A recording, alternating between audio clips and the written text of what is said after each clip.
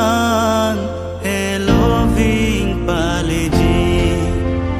so min daradan sampung ve cheloji talo alang bin puana jam ke the son si ka jadi ke kabun ji mare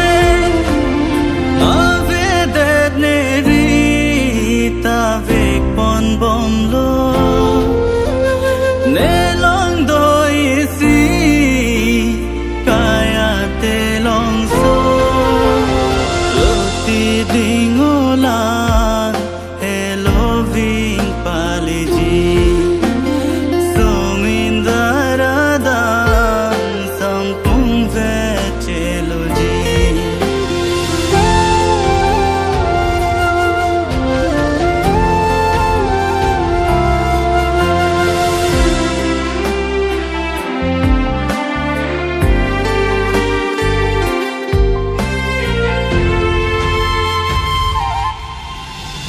ajo narlo sang se pine kengkam mor ne si ke long ji anong nam ajo narlo sang se pine kengkam mor ne si ke long ji anong nam jakong mina long do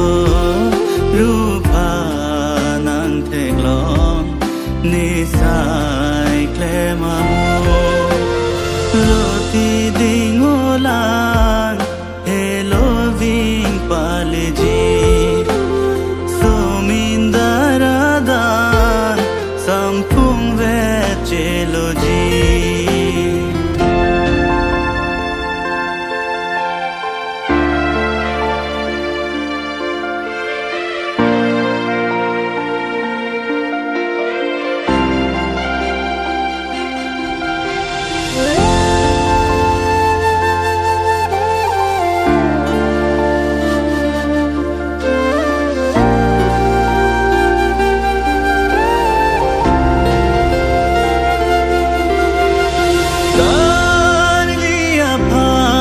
chod hache